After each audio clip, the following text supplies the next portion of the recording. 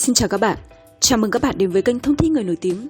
Trong bản tin ngày hôm nay, chúng tôi sẽ cung cấp cho các bạn thông tin tiểu sử của nhạc sĩ Quốc Trung, sinh ra ở Vạch Đích và mối lương duyên đặc biệt cùng với diva Thanh Lam.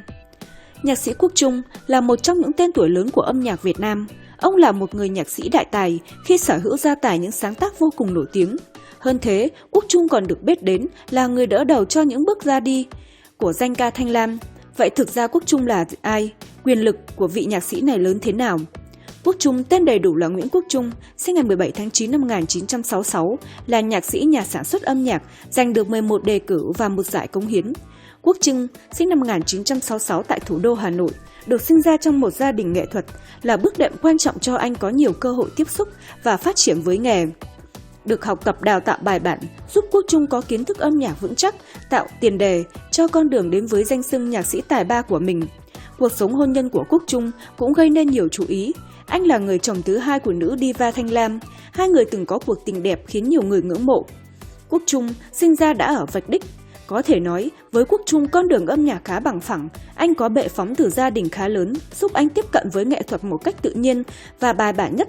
Quốc Trung là quý tử duy nhất của nghệ sĩ nhân dân Trung Kiên và vợ là nghệ sĩ giảng viên Nhạc viện Hà Nội. Chỉ dựa vào hai đấng sinh thành, tài danh này cũng có thể dự đoán được phần nào tương lai tươi sáng của nam nhạc sĩ tài hoa. Dòng máu nghệ thuật được nung nấu ngay từ khi anh vừa đọt lòng.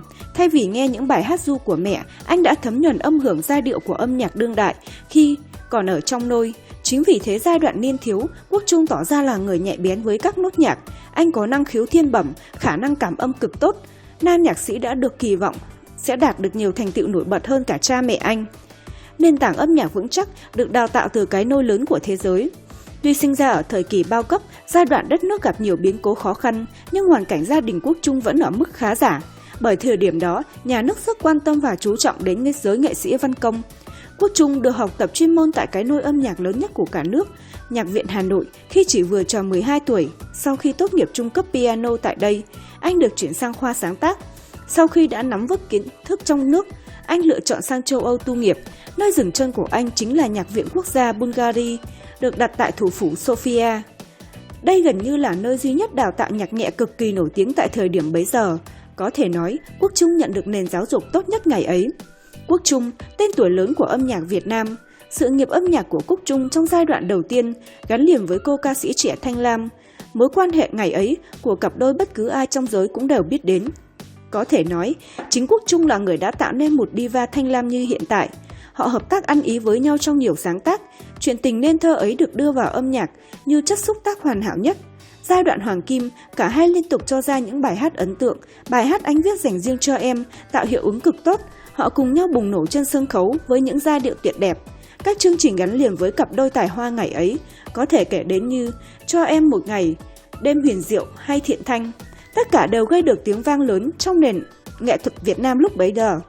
Không chỉ Thanh Lam, cái tên Quốc Trung còn hợp tác với nhiều nữ danh ca đình đám khác như Hồng Nhung, Uyên Linh, Tùng Dương, Nguyên Lê. Hiện nay, anh là tên tuổi nhà sản xuất âm nhạc đầy quyền lực. Quốc Trung còn được mời tham gia vào nhiều chương trình thực tế, tìm kiếm tài năng quy mô lớn với vai trò giám khảo. Có thể nói, trong làng nhạc Việt Nam thời điểm hiện tại, nhạc sĩ Quốc Trung là tên tuổi khó ai thay thế được.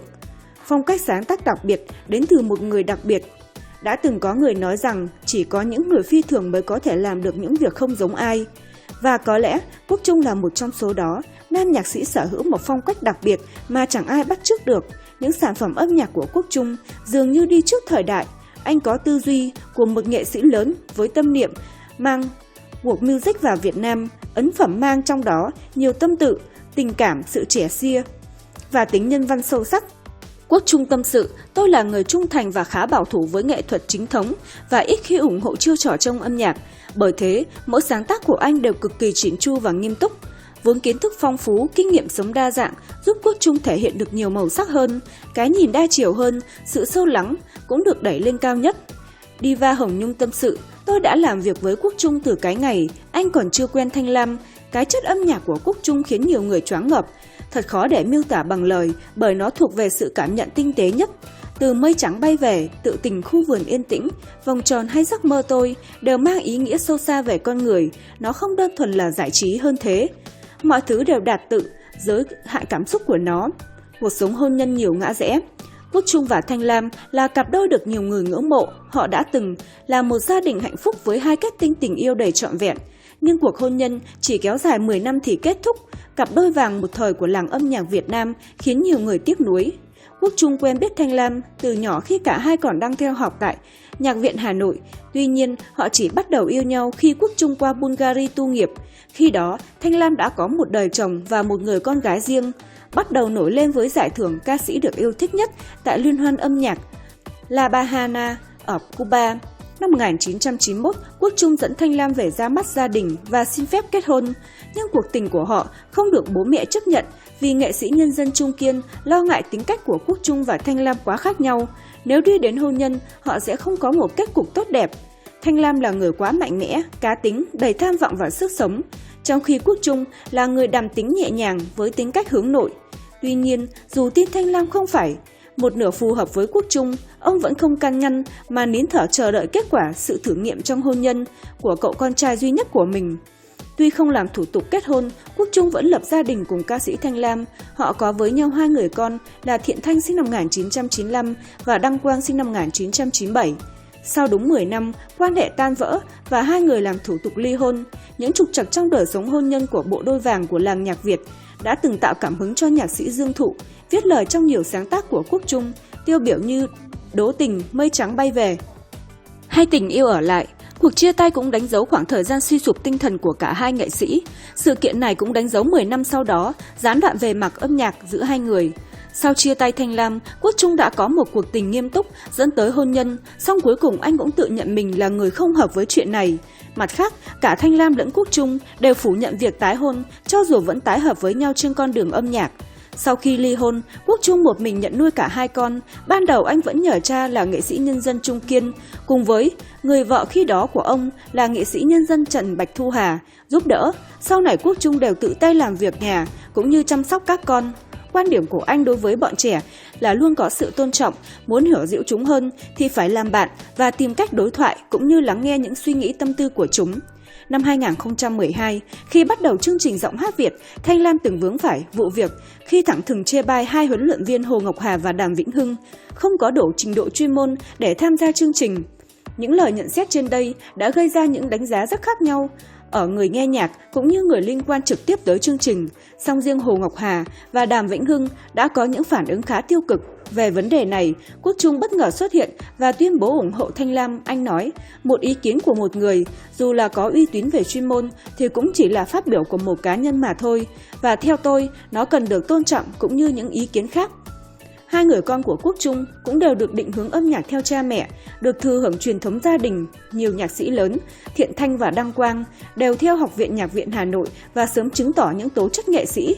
Nói về hai người con của mình, anh tâm sự, con trai giống tôi tương đối kín đáo, tự lập và trầm tính.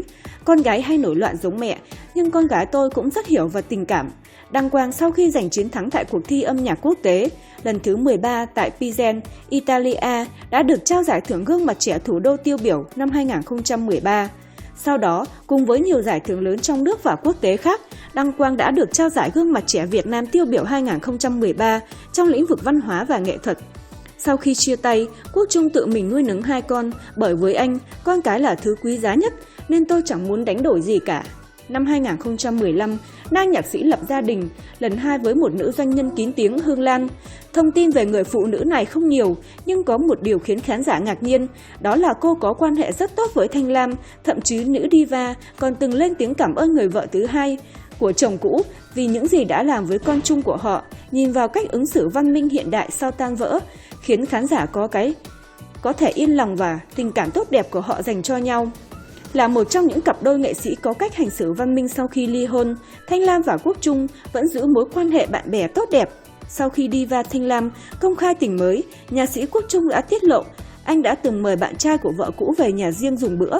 Điều này chứng minh cho sự văn minh của nam nhạc sĩ và mối quan hệ tốt đẹp giữa anh và Thanh Lam. Mới đây, nghệ sĩ Thanh Lam đã chia sẻ bài phỏng vấn về câu chuyện tình yêu của cả hai. Ngay dưới bài chia sẻ của Thanh Lam, nghệ sĩ Quốc Trung đã nhanh chóng để lại bình luận khá hài hước rằng nữ ca sĩ liệu có đang pro cho sản phẩm mới. Thanh Lam cũng hóm hỉnh trả lời lại chồng cũ của mình. Theo tiết lộ của các đồng nghiệp, nam nhạc sĩ còn chúc mừng hạnh phúc mới của Thanh Lam. Mặc dù đã ly hôn, nhưng nghệ sĩ Thanh Lam và nghệ sĩ Quốc Trung dường như không có khoảng cách hay gò bó nhau, cả hai vẫn thoải mái trò chuyện như những người bạn âm nhạc, cũng như ủng hộ về cuộc sống riêng tư của cả hai. Mối quan hệ văn minh của Quốc Trung và Thanh Lam nhận được sự ủng hộ của đông đảo bạn bè và fan hâm mộ. Thanh Lam và anh Trung có duyên nợ với nhau, tôi là nghệ sĩ thường xuyên phải đi diễn xa. Thời gian tôi ở bên các con có khi còn ít hơn Lam, cô ấy chăm sóc các con rất chu đáo. Thanh Lam chia sẻ về vợ mới của nhạc sĩ Quốc Trung. Cảm ơn các bạn đã quan tâm theo dõi, nhớ bấm đăng ký kênh và theo dõi những video tiếp theo của chúng tôi nhé. Chúc các bạn luôn vui vẻ, hạnh phúc trong cuộc sống.